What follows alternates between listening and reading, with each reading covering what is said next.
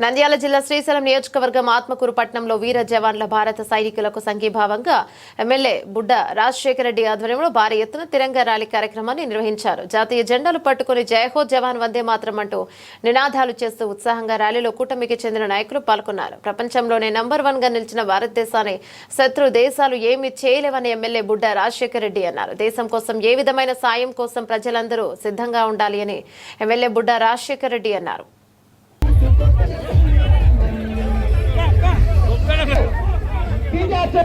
भारत माता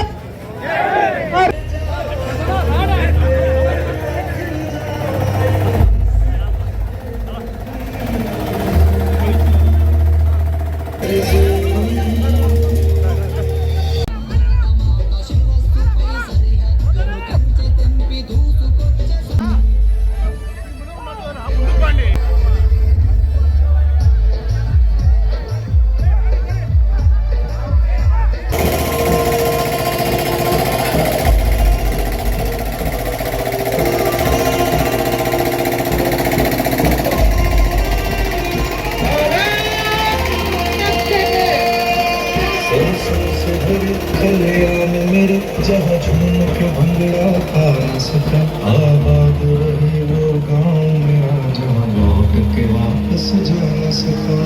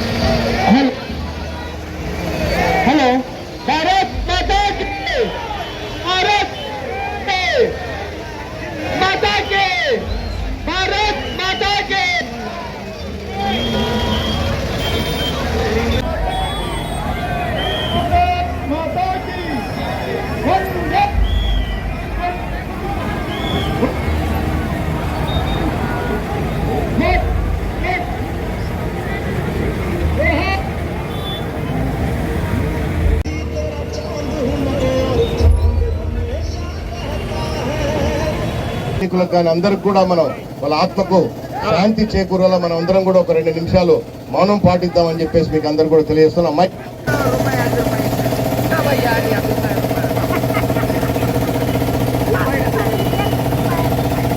కాశ్మీర్లోని పహల్గావ్ ప్రాంతంలో అక్కడికి వెళ్ళిన టూరిస్టులు, అంటే భారతదేశం కాదు వివిధ దేశాల నుంచి వచ్చిన టూరిస్టుల మీద అన్యాయంగా, అక్రమంగా, పాశవికంగా పాకిస్తాన్ సపోర్టుతో ఏదైతే ఉగ్రవాదులు ముఖ్యంగా సింధూరు చెడిపేసి అక్కడ వాళ్ళని చంపడం చాలా బాధాకరం. గతంలో ఎప్పుడు కూడా జరగలేదు. అందుకే మన గౌరవ ప్రధానమంత్రి వర్యులు ఏదైతే ఇటువంటి అరాచకమైన కార్యక్రమాలకు పాల్గొన్న పాకిస్తాన్, ఎందుకంటే గతంలో వాళ్ళకి ఎన్నిసార్లు బుద్ధి చెప్పినా బుద్ధి రాలేదు, మళ్ళీ ఒకసారి భారతదేశం సత్తా చూపించాలనే ఉద్దేశంతో రాత్రికి రాత్రే ఏదైతే ఈ ముష్కర్లు దాగి ఉన్న పీఓకే, పాకిస్తాన్ ఆక్యుపైడ్ కాశ్మీర్ కానివ్వండి, కాశ్మీర్లో ఉన్న ప్రాంతాలు కానివ్వండి, ఉగ్రవాదులకు అడ్డాగా ఉన్న ప్రాంతాలన్నిటి మీద కూడా దాడి చేసేసి వాళ్ళ మీద, అంటే మళ్ళీ భారత్ జోలికి వస్తే, భారతదేశం కానీ భారతదేశ ప్రజల జోలికి వస్తే, అమాయకుల జోలికి వస్తే భారతదేశ తడాక ఏంటో చూపిస్తామని చెప్పేసి ప్రపంచంలో ఉన్న అన్ని దేశాలకు కూడా వాస్తవాలు వివరించి మరి ఈరోజు పాకిస్తాన్ పనిపట్టిన మన భారతదేశము, మన గౌరవ ప్రధానమంత్రి వర్యులు, అలాగే ఏదైతే త్రివిధ దళాలకు చెందిన సైనికులు అందరూ కూడా వాళ్ళ ప్రాణాలను